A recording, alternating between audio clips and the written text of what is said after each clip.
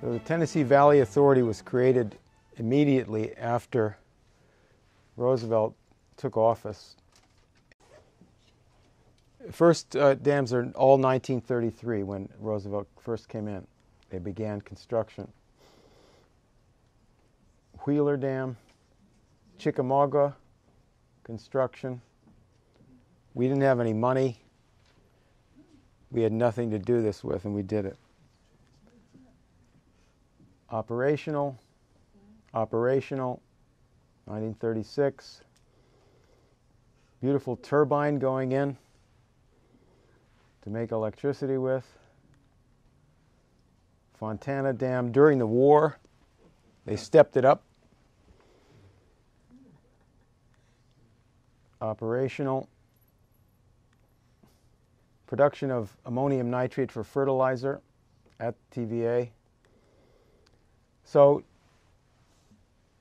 TVA projects were being studied from people from all over the world, sent engineers and politicians, and we sent experts and engineers to them.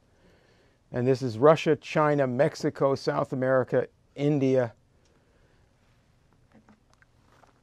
And it started at the very beginning. This is you see the dates of these articles are at the bottom. In 1934, Brazil changed its constitution to reflect what TVA was doing, and because they were going to do similar things.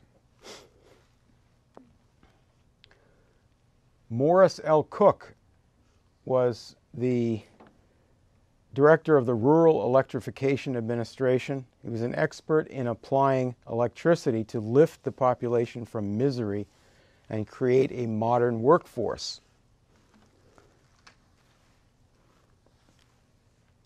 In 1936, Franklin Roosevelt went to Argentina for a Pan American conference. And there were mass crowds that were thrilled to see that power was being exerted by a benefactor of humanity. This was noted throughout the world. This shook the world at that time because the United States had reversed the earlier 20th century policy with the good neighbor policy. Roosevelt met in Buenos Aires Getúlio Vargas, the president of Brazil. And Roosevelt refers to him as the second man who created the New Deal.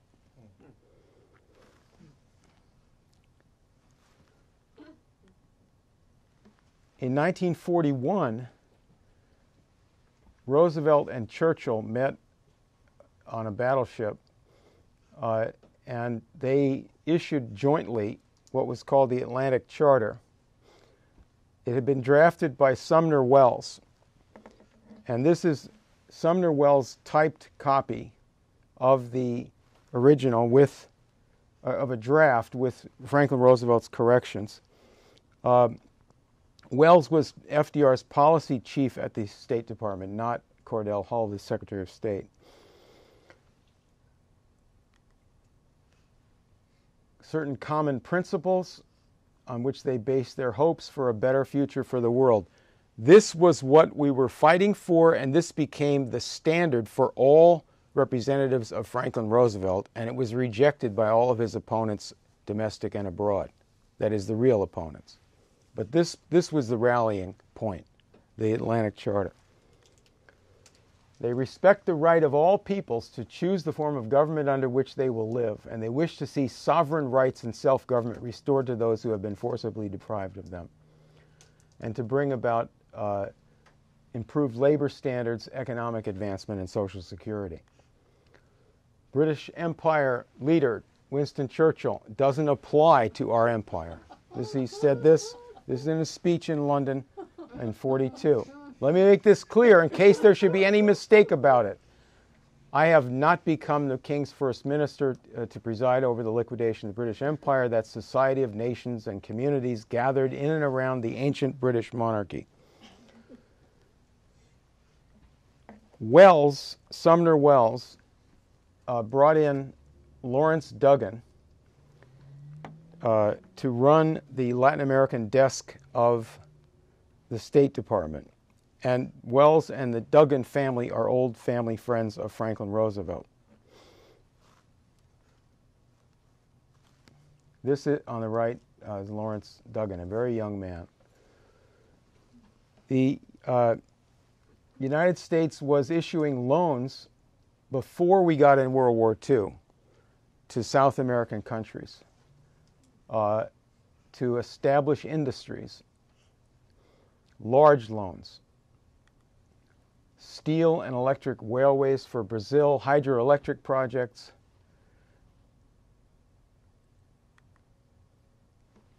In 1942, Franklin Roosevelt brought Morris Cook, the man from the rural electrification administration, and said, go to Brazil and we're going to transform Brazil.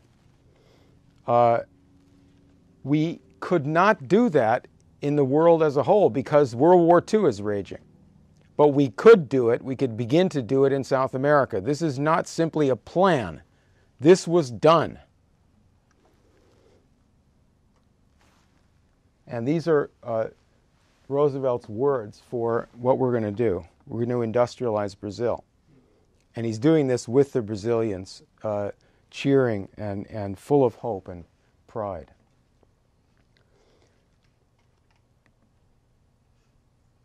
Cook wrote this book, Brazil on the March. Roosevelt went there in 1943. That's right next to Africa. Brazil is, I go about 1,000 miles closer to the Eastern Hemisphere. So it was a war corridor. So he met again with the Brazilian president, who's and then on Vargas's right over there is Harry Hopkins. They began the great steel complex in Brazil with railways going to the appropriate cities and supply points. This now still produces, 5 million tons of steel a year. This is Brazil's steel complex, and we started it. It was financed partly by Brazil and partly by our Exim Bank.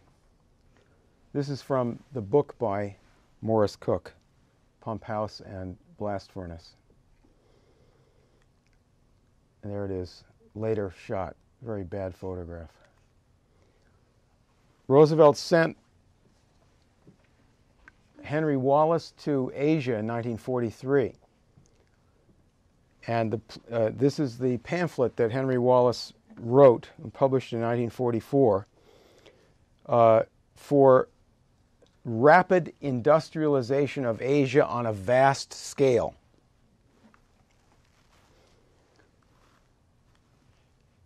There's a map in the book. There are two Asias, just like we had the house divided in the United States for Lincoln. Free Asia and subject Asia. The free countries are Russia, China, Thailand, the Philippines, and Australia.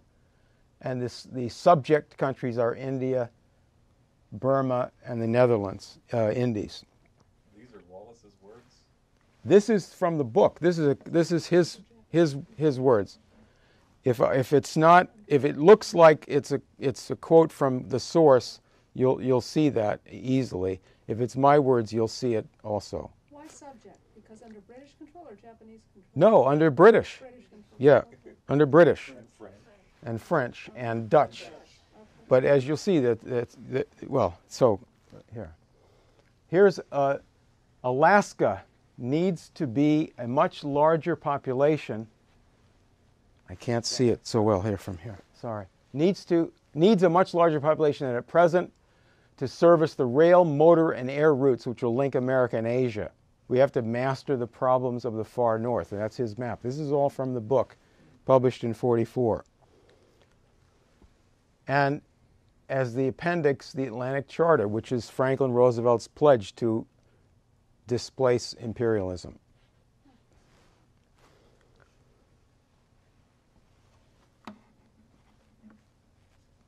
In 1938, the president of Mexico, Lázaro Cárdenas, took over Shell Oil and Standard Oil. Those properties were not worth $400 million, like the headline says, but he took them over. And here is the American ambassador, the guy in the middle, Josephus Daniels. The Mexican president is on the left. Here's a photograph, and go back to World War I so you see what's happening here. On the left is Thomas Edison. Right next to him is Josephus Daniels.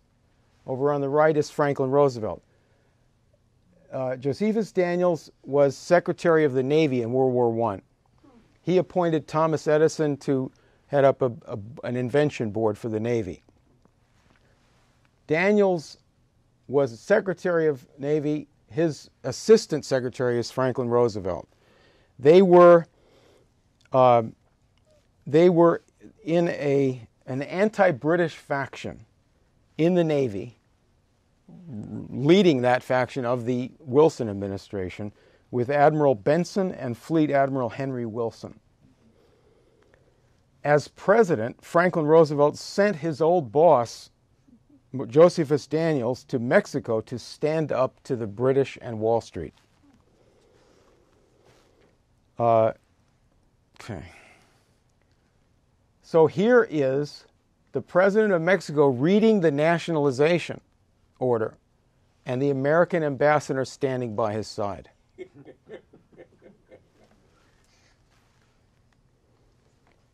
This was a very big deal in Mexico. This was the heart of their sense of existence.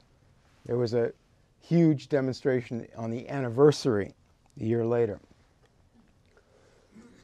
And Franklin Roosevelt backed this, the takeover of the foreign oil holdings, and he rejected the inflated claims of Britain's Shell Oil and Wall Street's Standard Oil. You're going to see many newspaper items in this program where the words in the newspaper are not something that newspaper would have cared to say, but they've been put there by the President of the United States. This one and a later one.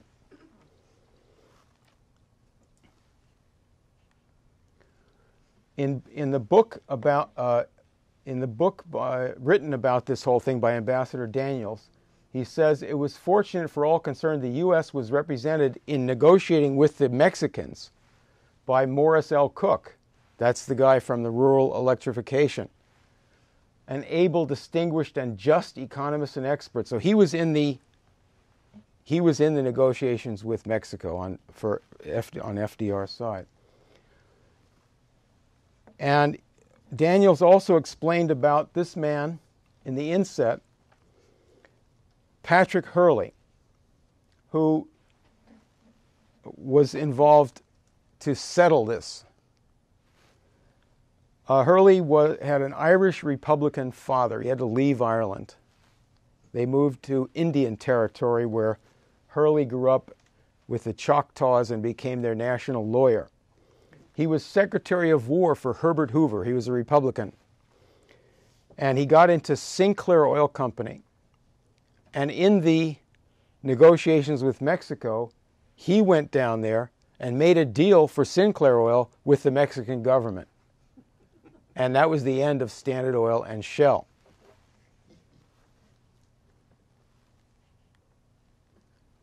That's what happened next, or happened early in the negotiations.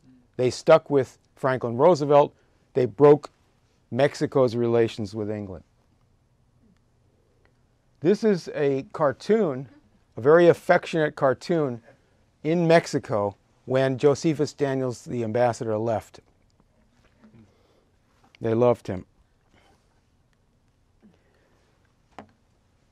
Iran, 1943, December. You see Stalin, Roosevelt, and Churchill. I think they posed for this photograph about 3 hours, sitting there on the porch with Roosevelt slouching. I mean, with Churchill on the right there. This is a meeting to formulate the plans to win the war. Invasion of Normandy and Russia comes into the war to finish the war in Asia.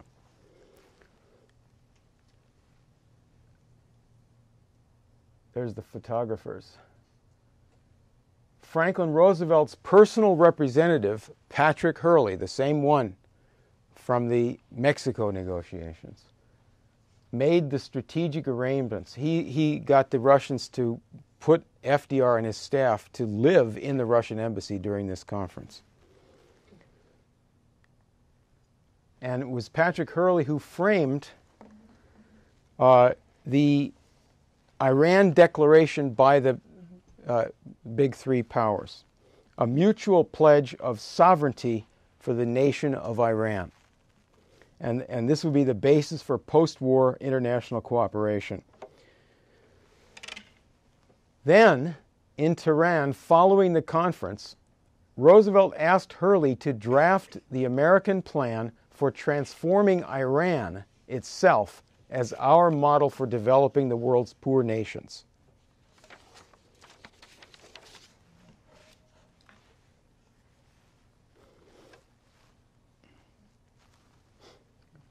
This is the memorandum was drafted by Patrick Hurley. I found it in the National Archives. It's never been published. And this is mentioned in Elliott Roosevelt's book, or the fact that he was going to be asked to write something like this, that Hurley would. He says the imperialisms, well, I have to step over here because the light is in the way. If imperialism is dead, it seems very reluctant to lie down. And he mentions, what are the imperialisms? Germany, Japan, Italy, France, Belgium, Portugal, and the Netherlands. Well, those are the imperialisms, right? All sort of alike. Oh my God, the Nazis and the Dutch and the French, that's all alike? Yeah, but then there's the real bad one. The British imperialism seems to have acquired a new life from the blood and productivity and liberty that a free nation is giving it, defended by the blood of soldiers of the most democratic nation. We're approaching the irrepressible conflict between worldwide imperialism and worldwide democracy. Keep in mind, this is the memorandum more or less dictated by Franklin Roosevelt and then used by him in the administration as our policy for post-war world.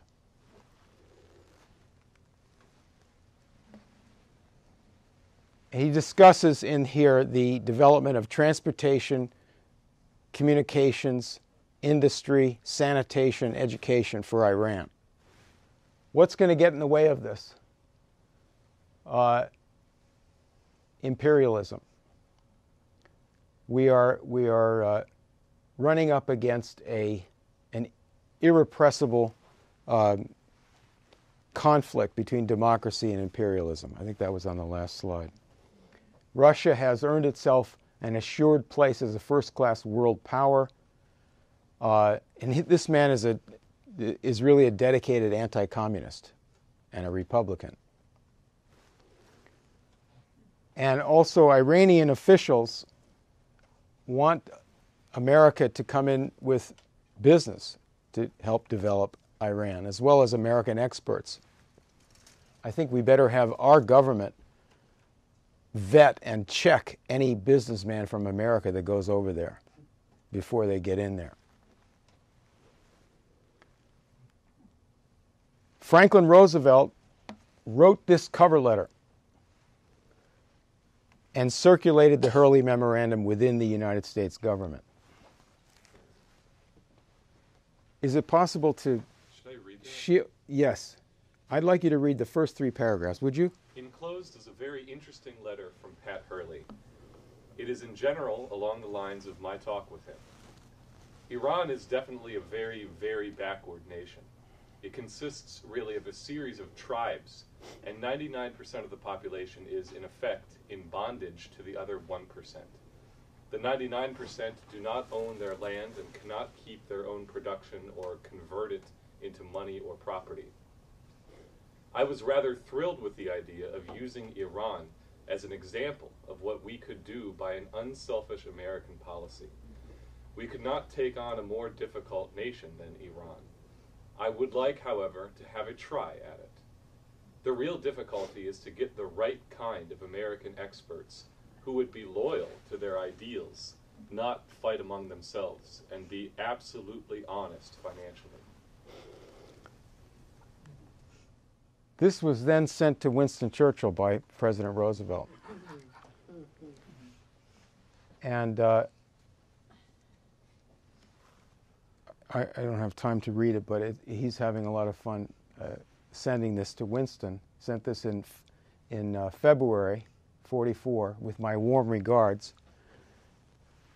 And 3 months later, Winston Churchill replied to that letter. He said, "British imperialism has spread and is spreading democracy more widely than any other system of government since the beginning of time." At that time, the British were in active mode for what amounted to the assassination of Franklin Roosevelt. They never killed him, but they did everything possible to kill his government, and the coup against him started in 1943. It's funny. It says, the general seems to have some ideas about British imperialism, which I confess make me rub my eyes. He makes out, for example, that there's an irrepressible conflict between imperialism and democracy. Right.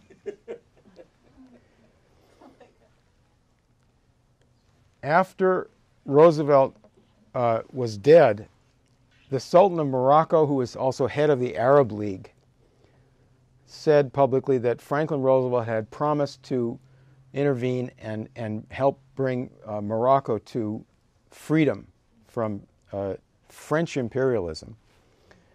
And he said that Winston Churchill had not joined President Roosevelt in the promise. If Churchill had his way, imperialism would continue forever. This didn't belong to England.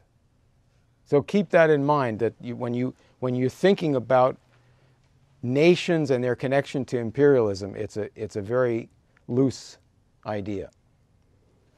You'll see this especially in Africa. So Roosevelt sponsored Arab nationalism against the British and French empires.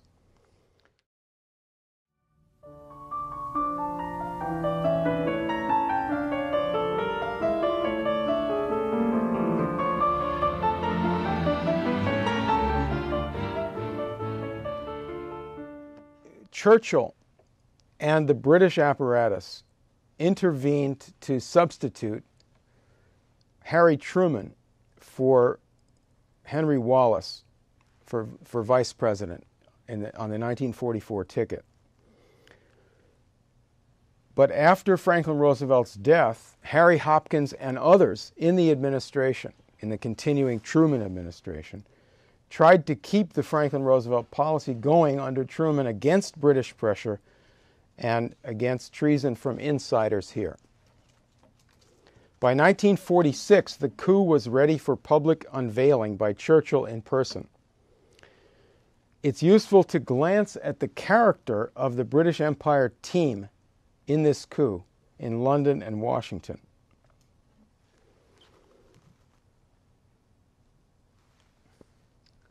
This is from the website of the Churchill Center at the Churchill War Rooms in London, and it's written by Churchill's official biographer and posted on Churchill's own website. And it describes this is just part of it, Churchill's leadership of the eugenics movement in England, where he's calling for the sterilization of the unfit. He goes on at length about who is unfit, and we're faced with the problem that the birth of unfit people is unchecked by any of the old restraints of nature and fostered by civilized conditions. That's our real problem. So he called for compulsory sterilization, a simple surgical operation so the inferior could be permitted freely in the world without causing much inconvenience to others. He spoke about setting up, as Home Minister of England, he spoke about setting up forced labor camps for mental defectives. This part here is not in the on the Churchill website, but it's in all the newspapers. He was vice president of the first International Congress of Eugenics in 1812. I'm sorry, 1912. He was thinking like 1812. This is an article written in 1920 by Winston Churchill, Right Honorable Sir Winston Churchill, and it's about the worldwide satanic, diabolical Jewish conspiracy to enslave the world under communism. He talks about, it starts off, some people like Jews and some do not. This same astounding race may be producing in other systems of morals and philosophy malevolent. It may shatter irretrievably Christianity. It's the gospel of the Antichrist, and so forth. The schemes of the international Jews, a sinister confederacy, a worldwide conspiracy. He takes it back to the French Revolution. You probably hear that from your populist contacts half the time. And then it's mainly the communist revolution of today. And the Jews have been allowed to prey upon the temporary prostration of the German people. This is in 1920. So 3 years later, Hitler would use this theme in his coup attempt in 1923. He ends with a deal for the Jews. I'm not going to press this on you if you'll back Britain's plan for Zionism. And we need to secure this homeland for the Jewish race, which will be under the protection of the British Crown. Over in America, the Harriman family founded the eugenics headquarters for the United States in 1911 to promote the doctrine of the British Home Secretary. Winston Churchill wrote the Mental Defectives Act, which was enacted shortly after he left office. But this was then promoted by the office set up by the Harriman family. And this is, I think, a very remarkable document here. This is the report published by the Eugenics Organization in 1932 when they had a meeting, worldwide meeting with all Nazis there and so forth. And the whole thing is dedicated to the mother of Averell Harriman, Mrs. E.H. Harriman, founder of the Eugenics Records Office. You go down in the document and it says, Mrs. E.H. Harriman, address 39 Broadway, deceased. Okay, the dead woman who's paying for this, her address is 39 Broadway. Well, what's 39 Broadway? How come this lady lives at 39 Broadway? What is that?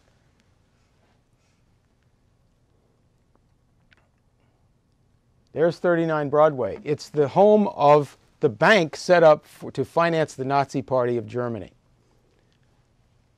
for this man, Fritz Thyssen. It was established in 1922 before Hitler's first coup attempt, and to help, apparently, to help pay for that. And this is about Dr. Thyssen, a friend and supporter of Herr Hitler, and so forth. The bankers are sending, now that you have a couple of other fellows, the Dulles brothers. They're sending John Foster Dulles to Berlin to meet with the Hitler regime when it first came in. And there is Brown Brothers Harriman and Company. The Harriman Bank merged with the English bank Brown Brothers, run under the direction of the head of the Bank of England. And they are sending John Foster Dulles to meet with Hitler. He was their envoy to Adolf Hitler, and they were his lawyers, both John Foster and Allen. There is Lord Halifax on our left, and to the right is Hermann Goering. And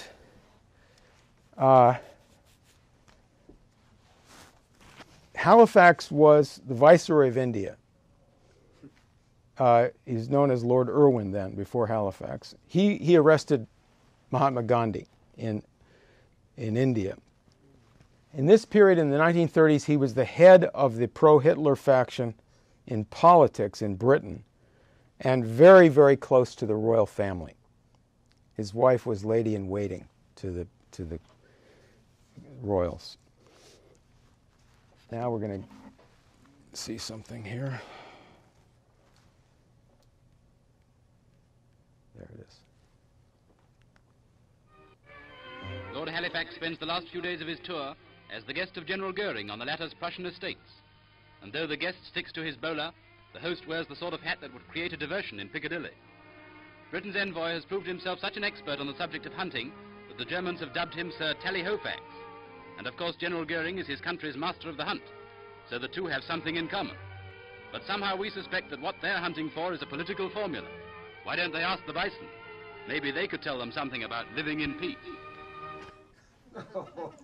So this is 1937. He wasn't even in the government at that point, but he was sent as British representative to meet with the Nazis and tell them you have a green light for Hitler's conquests. So then Halifax was Neville Chamberlain's foreign minister, and he is the one who personally made the deals to give Europe to Adolf Hitler. This is in Munich.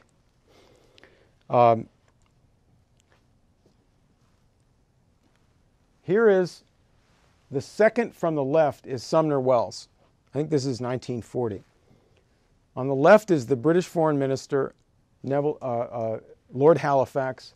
Over here is the Prime Minister, Neville Chamberlain. And to the right is our ambassador, Joe Kennedy, father of John Kennedy.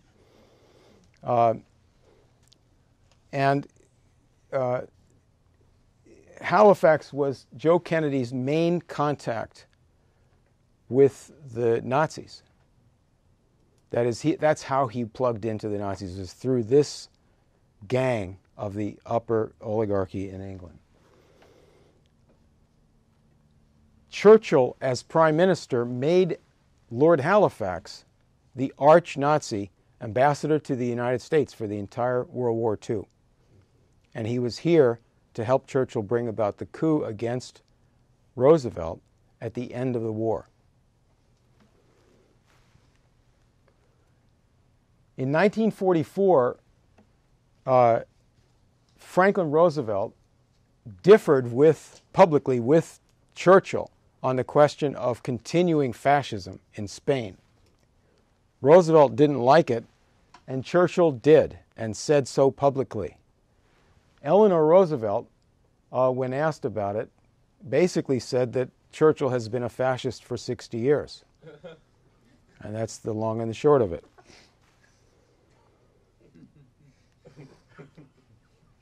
Okay, so following FDR's death, I'm picking out two people as crucial in this that are very publicly identifiable. Obviously, there are other people not so much in that way, but these are up front, Acheson and Harriman.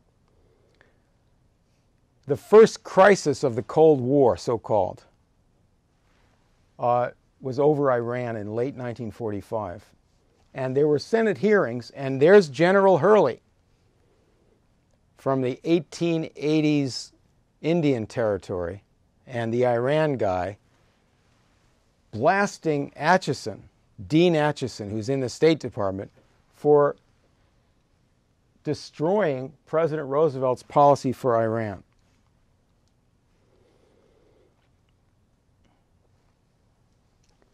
Dean Acheson's father was a Northern Ireland, Belfast man. His mother was British. And in his family in Massachusetts, they celebrated all the royal family's holidays. And he was more pro-British Empire than any Englishman. I think that's kind of standard for probably people in that kind of condition. Uh-oh. Let's go back. Sorry. So Hurley deeply embarrassed him by revealing that he had sabotaged And the Hurley Memorandum had circulated with Roosevelt's cover letter, and it was denounced back during the war by Atchison. And he, on his denunciation, he said that this was hysterical, messianic globaloney. He was a minor State Department person at the time. There it is.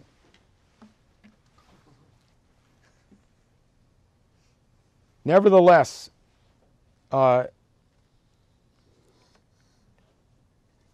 here is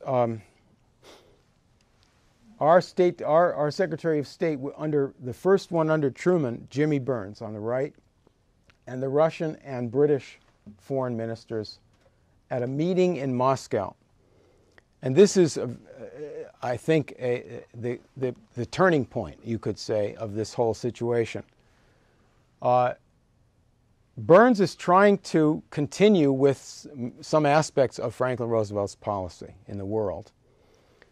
And our ambassador to Russia, Averell Harriman, met with the British representatives privately and told them, our Secretary of State does not represent our policy now.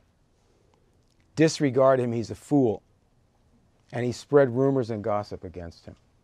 And there's a quote from how he was undermined by Harriman, who then was working on Truman as were other people.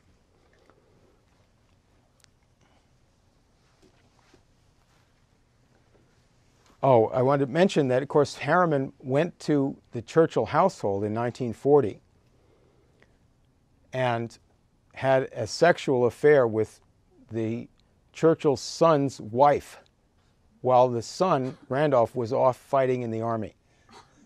He later married this woman. Her name was Pamela Churchill. That's Pamela Harriman.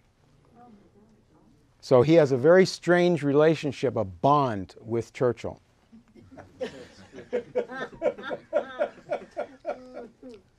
So here is the article about Churchill coming to, after he met with Truman in the White House, he went down to Florida and met with Jimmy Burns down there and laid down the law. And Burns was morally crippled at that point and completely surrendered. And it says here that they will announce the terms of the surrender, basically, in the speech coming up in Fulton, Missouri by Churchill, who says we're merging the American government and the British Empire to fight communism. Harriman was going to be Secretary of Commerce, Strategy Coordinator for NATO, and the U.S. is swallowed into the British Empire. One small thing. Yeah. The Iron Curtain phrase actually came a year earlier from Goebbels. From Goebbels, yes, that's right. It was a Nazi phrase. But then, how did the Nazis get it? Yeah. Do a little deeper, you're going to probably get back to Churchill or what have you. But that's right, exactly right. This is all completely discredited at the time, but people were scared. Why were they scared? Well, Lawrence Duggan, who was the director of the Good Neighbor policy, was murdered in 1948, thrown out a window, an obvious murder. They didn't try to cover it up. It was just totally obvious. And then within hours, they called him a communist. And if you go into the so-called internet, Wikipedia, that's the line about him. The most incredibly stupid slander. This guy is a super patriot. And also a direct representative of Franklin Roosevelt. This is from the book by Dean Acheson. When he became Secretary of State for Truman, I made the offer, unorthodox proposal to the British ambassador, Sir Oliver Franks. We're going to talk regularly in secret, and we'll go to his residence or mine, and no one was going to be informed about this. He was made a member, virtually, essentially a member of the cabinet, the British ambassador. At that time, Kim Philby was the first secretary of the British Embassy. Very confusing, right? It's good. It's good to be confused about these things. Here is Dean Acheson in London. There's the British Prime Minister Attlee laughing.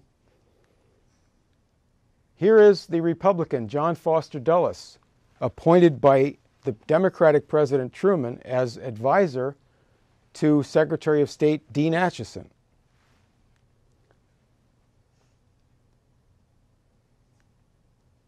Dulles went immediately to Korea, to the Korean border. It was quiet on the Korean border. Tense but quiet. And while he was there's Dulles and Acheson, Republican and Democrat, the party system. While he was there, the Korean War started. There is the British ambassador, Franks, Truman, and Acheson. In 1951, Dr. Mohammad Mossadegh in Iran came up to take over the British oil monopoly, known later as British Petroleum Company, BP. And he came into office to do that. He became prime minister. Keep in mind, in this Iran overthrow of Mossadegh, this is 51, go back as the people at that time did to 1938, 13 years earlier, when the Mexicans, with America's backing, took over these fraudulent claims of the international oil companies, and they broke with the British. New York Times lies that this is a problem of communism, and no person ever said or believed that he was a communist. Nobody said that, but they imply it. Truman appointed Allen Dulles head of covert operations in the Central Intelligence Agency. Dulles and his second, Frank Wisner, were both proteges, or not proteges, but close to and completely associated with Acheson. And Dulles's, he had learned from his uncle's friend. His uncle was Lansing in World War I, the Secretary of State who betrayed us to the British. And they had a friend named Captain Gaunt from British intelligence, and he was the model for Allen Dulles, who thought he was the most exciting person, Captain Gaunt. This is the Truman policy memo just before they left office, officially setting up the interagency and also U.S.-British official cooperation for overthrowing the government of Iran. And then here is the memo right after Eisenhower comes in, or actually Allen Dulles as CIA director and John Foster as Secretary of State. They said, okay, we've been planning this, now we're ready to go with a coup. Mossadegh was overthrown by the CIA and British intelligence. A disgrace for the United States. He was an expert in applying electricity to lift the population from misery and create a modern workforce.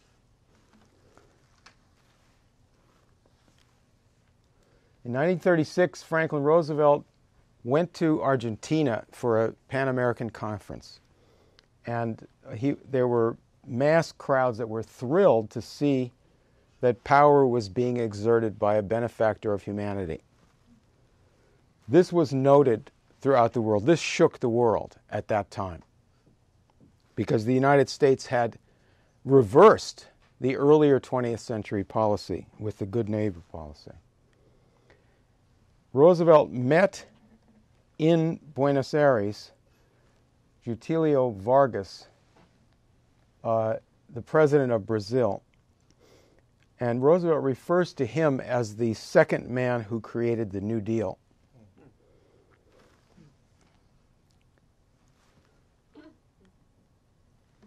In 1941, Roosevelt and Churchill met on a battleship. British Empire leader Winston Churchill doesn't apply to our empire. He said this is in a speech in London in 42. Let me make this clear in case there should be any mistake about it. I have not become the King's First Minister to preside over the liquidation of the British Empire, that society of nations and communities gathered in and around the ancient British monarchy. Sumner Welles, brought in Lawrence Duggan to run the Latin American desk of the State Department. And Welles and the Duggan family are old family friends of Franklin Roosevelt. This is, on the right is Lawrence Duggan, a very young man. The United States was issuing loans before we got in World War II to South American countries to establish industries, large loans. Steel and electric railways for Brazil, and they issued jointly what was called the Atlantic Charter. It had been drafted by Sumner Welles, and this is Sumner Welles' typed copy of the original of a draft with Franklin Roosevelt's corrections. Welles was FDR's policy chief at the State Department, not Cordell Hull, the Secretary of State. Certain common principles on which they based their hopes for a better future for the world. This was what we were fighting for, and this became the standard for all representatives of Franklin Roosevelt, and it was rejected by all of his opponents, domestic and abroad. That is, the real opponents. But this was the rallying point, the Atlantic Charter. They respect the right of all peoples to choose the form of government under which they will live, and they wish to see sovereign rights and self-government restored to those who have been forcibly deprived of them, and to bring about improved labor standards, economic advancement, and social security.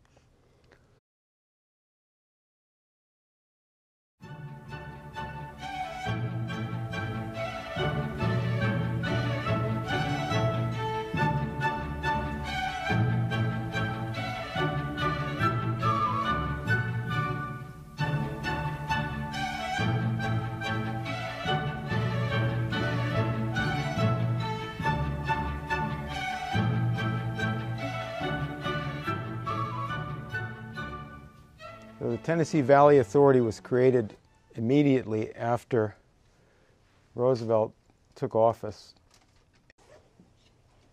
First dams are all 1933 when Roosevelt first came in. They began construction. Wheeler Dam, Chickamauga, construction. We didn't have any money. We had nothing to do this with, and we did it. Operational, 1936. Beautiful turbine going in to make electricity with. Fontana Dam during the war, they stepped it up. Operational. Production of ammonium nitrate for fertilizer at TVA. So TVA projects were being studied from people from all over the world, sent engineers and politicians, and we sent experts and engineers to them. And this is Russia, China, Mexico, South America, India. And it started at the very beginning. This is you see the dates of these articles are at the bottom. In 1934, Brazil changed its constitution to reflect what TVA was doing, and because they were going to do similar things. Morris L. Cook was the director of the Rural Electrification Administration.